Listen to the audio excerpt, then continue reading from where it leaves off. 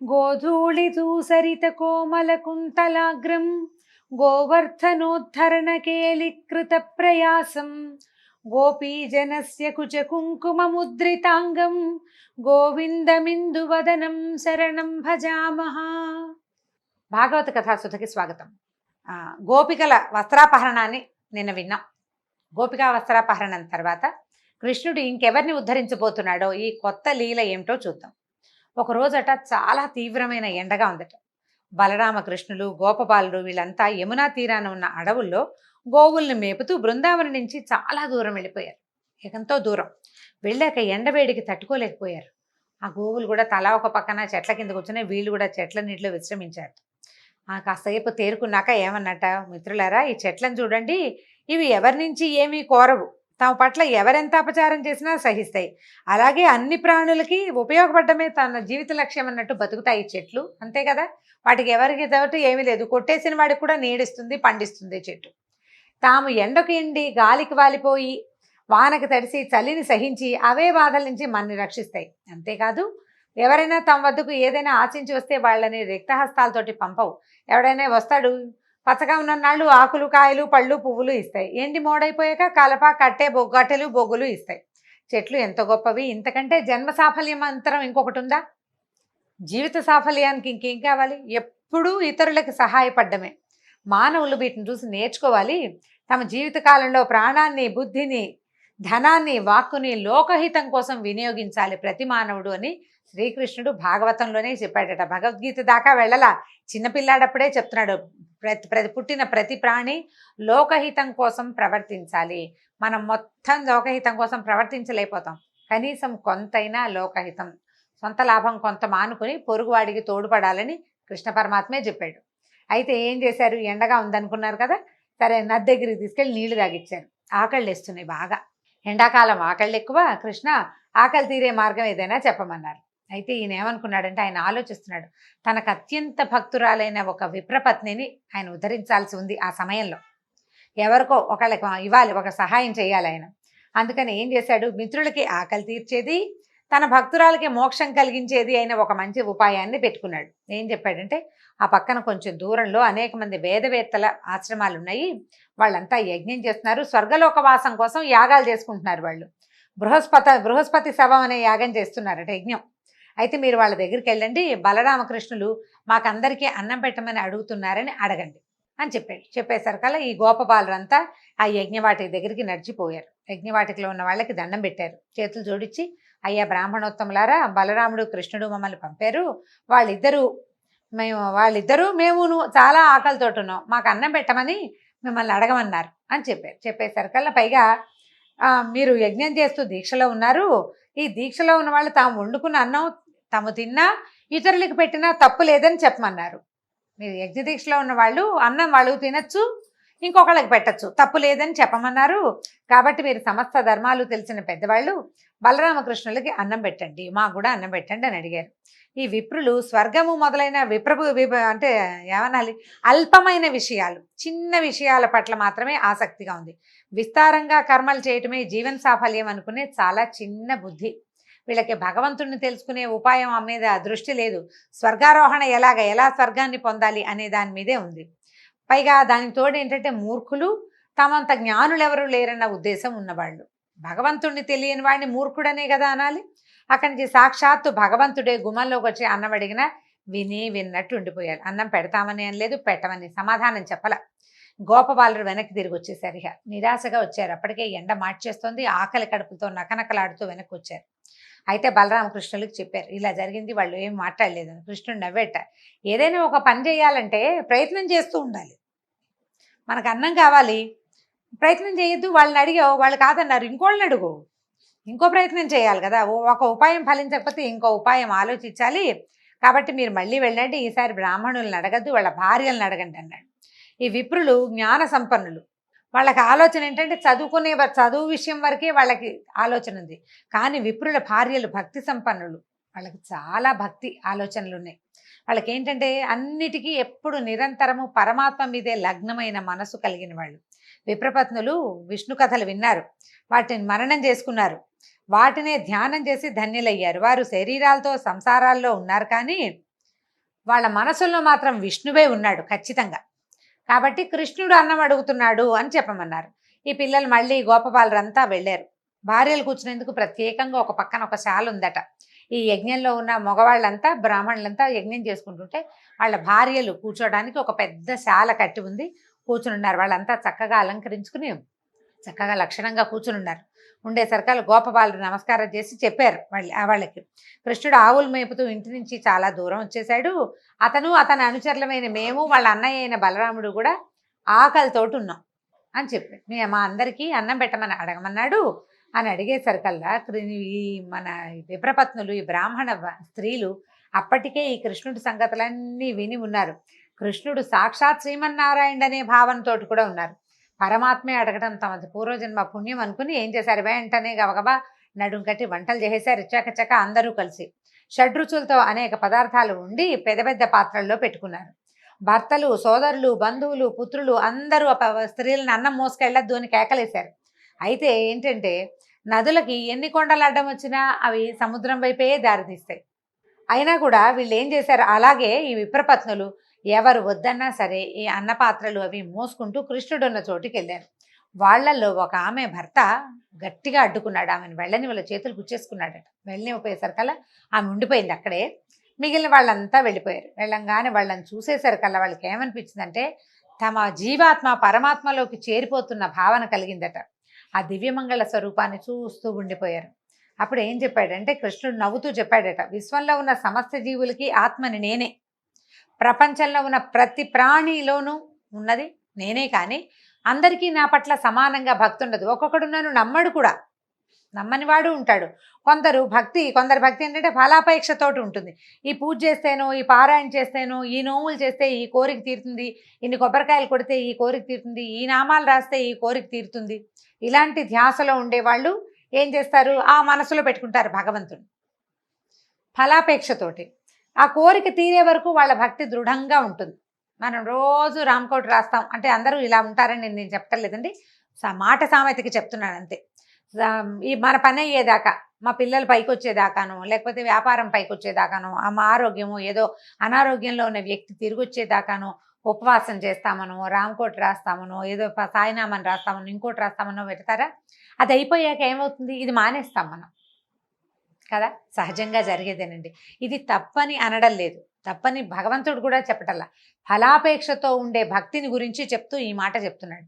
వాళ్ళ పని అయిపోయాక ఇంకా భక్తి ఉండదు, ఇంత దృఢంగా ఉండదు, కొద్దిగా ఉంటుంది. ఆయన పట్టుకున్నాం, పని అయ్యింది, ఈసారి మళ్ళీ అవసరమైనప్పుడు మళ్ళీ పట్టుకుందామని ఒక ఆఫీసర్ భావన ఉంటుందన్నమాట భగవంతుడి మీద.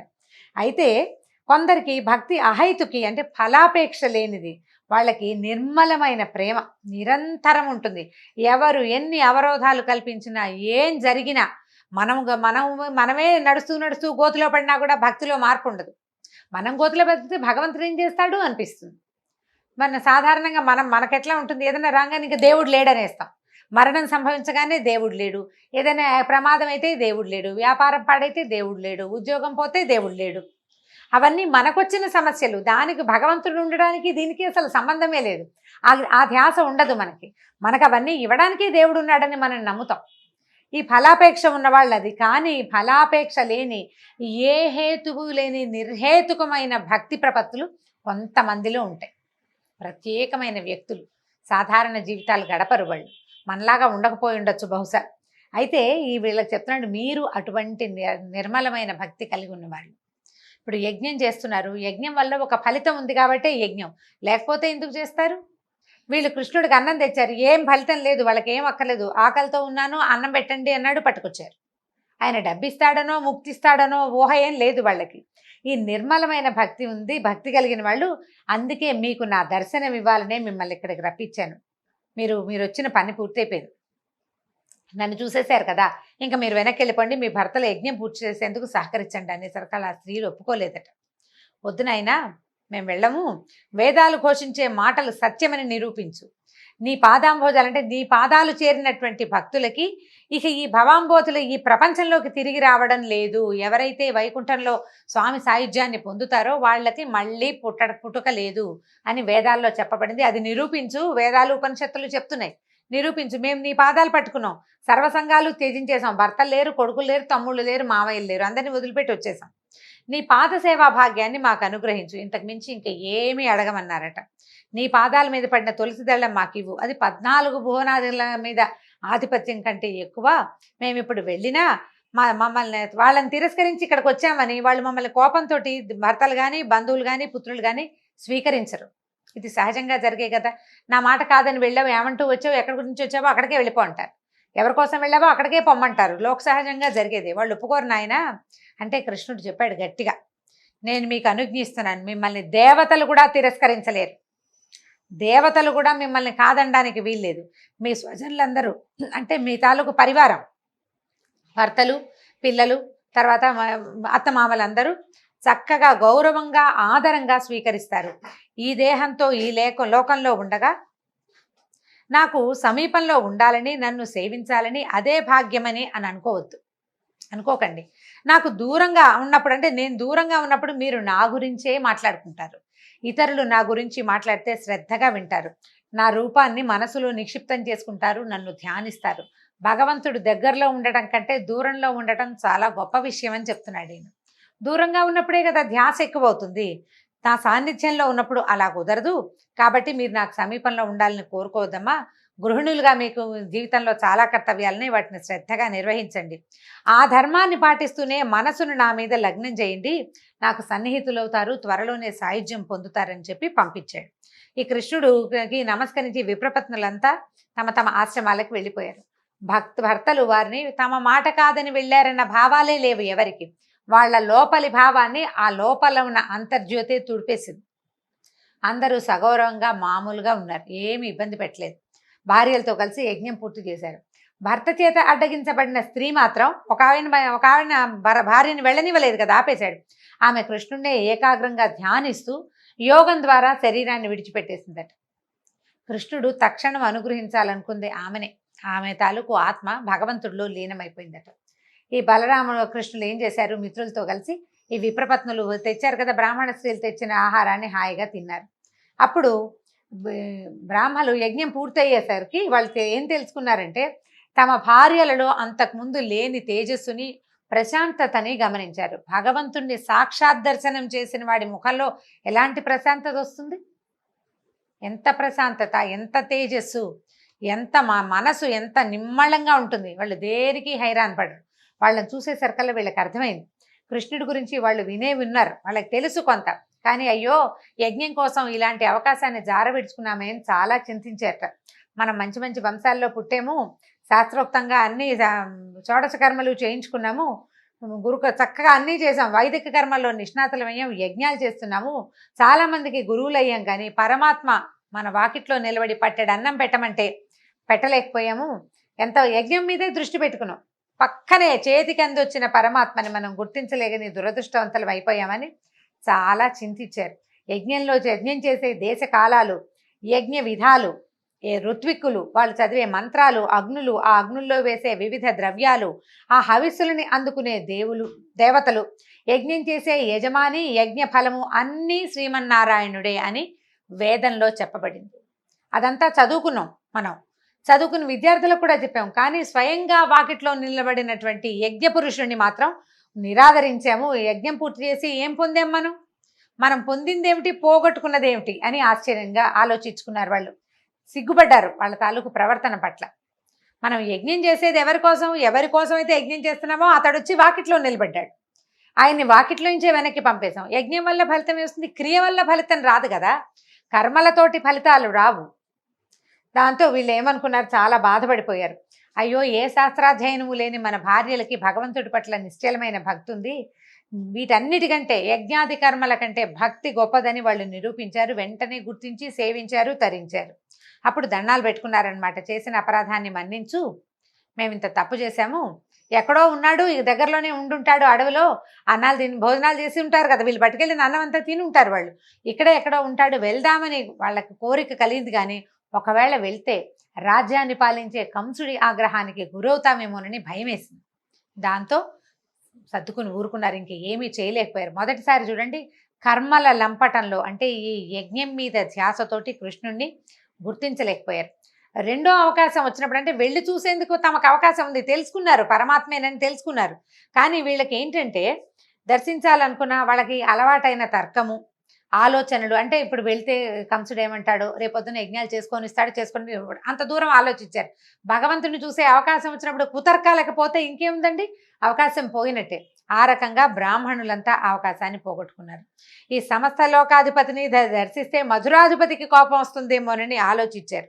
అందుకంటే చెప్తారు, ఆకాశం అంత జ్ఞానం కంటే ఆవగింజంత భక్తి మిన్నా అని చెప్తారు పెద్దవాళ్ళు. అనేక సార్లు చెప్పినా కూడా చెప్పగా ఇప్పుడు మనకి వ్యాసుల వారు చాలాసార్లు ఇది చెప్తూనే వచ్చాడు. భగవద్గీతలో ఎన్నో సార్లు వింటాం. దానికంటే ఇది ముఖ్యమైనది, కర్మల కంటే భక్తి ముఖ్యమైనది అని వ్యాసుల వారు ఎన్నిసార్లు చెప్పారు ఈ మాట. భారతము, భాగవతము, మనం తర్వాత ఏమో భగవద్గీత లాంటివి చదివిన, రామాయణంలోనూ ప్రతి చోట భక్తి శ్రద్ధ చాలా ముఖ్యమైనవని, యజ్ఞాలు హోమాలు చేయొద్దని కాదు, కర్మలు చేయొద్దు అన్న భావం అసలు లేనే లేదు. అవన్నీ చేస్తూ వాటితో పాటు భక్తి శ్రద్ధ అనేవి చాలా ముఖ్యమైనవి. ఇప్పుడు యజ్ఞమా భగవంతుడా అంటే ఏదని తేల్చుకోవద్దు. నువ్వు తేల్చుకోలేకపోతున్నావంటే నువ్వు ఇంపార్టెన్స్ కర్మలకు ఇస్తున్నట్టు. వీళ్ళు చేసిన పొరపాటే అది. అయితే ఈ రకంగా బ్రాహ్మణ పత్నులని ఉద్ధరించాడు శ్రీకృష్ణ పరమాత్మ. దీంతో భాగవత కథా సుధ ఇవాల్టి భాగం పూర్తయింది. వచ్చే భాగంలో మళ్ళీ కలుసుకుందాం. నమస్కారం.